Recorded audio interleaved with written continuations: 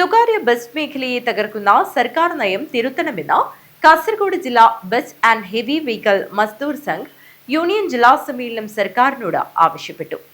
BMS ജില്ലാ vice president Bharathan കല്യാൺറോഡ് സമ്മേളനം ഉദ്ഘാടനം ചെയ്തു.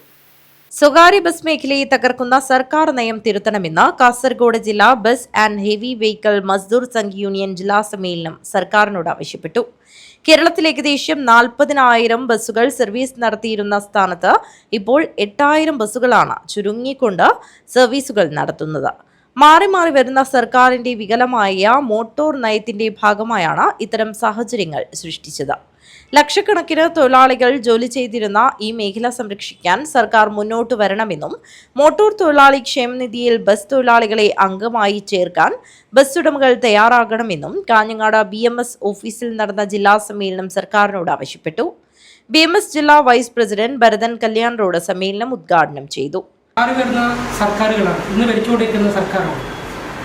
നമുക്കറിയാം, കോവിഡിനും ശേഷവും കോവിഡിന് മുമ്പും ആ രണ്ട് ഘട്ടമായി നമുക്ക് എടുത്താൽ തന്നെ കോവിഡിന് മുമ്പ് ഏകദേശം 40,000 ബസ്സുകൾ സർവീസ് എടുത്തിരുന്നു.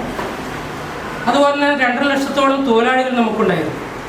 ഇന്ന് ആ സ്ഥാനത്ത് ഏകദേശം 8,000 സർവീസുകൾ മാത്രമേ കേരളത്തിലുള്ളൂ. അതുകൊണ്ട് 50,000 തൊഴിലാളികൾ. അപ്പോൾ ഈ മേഖലയെ നശിപ്പിക്കാനും സർക്കാർ ബോധപൂർവം ശ്രമിച്ചുകൊണ്ടിരിക്കുകയാണ്. ആ കോവിഡ് കാലഘട്ടത്തിൽ ബസ്സുകൾക്ക് ആ കാലഘട്ടത്തിൽ ഇളവ് പ്രഖ്യാപിച്ച ടാക്സിനത്തിന് ഇളവ് പ്രഖ്യാപിച്ചെങ്കിലും പിന്നീട് ഭീമമായ ടാക്സ് അടക്കേണ്ടി വന്നു, ഇൻഷുറൻസ് പ്രീമിയം അടക്കേണ്ടി വന്നു.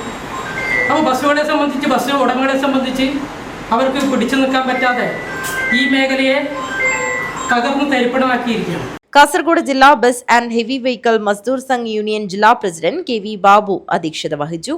ഹോസ്ദുർഗ് മേഖലാ പ്രസിഡന്റ് ഭാസ്കരൻ ഏച്ചിക്കാനം, ഫെഡറേഷൻ സംസ്ഥാന സെക്രട്ടറി ജയേഷ് കാരക്കോട് എന്നിവർ സംസാരിച്ചു.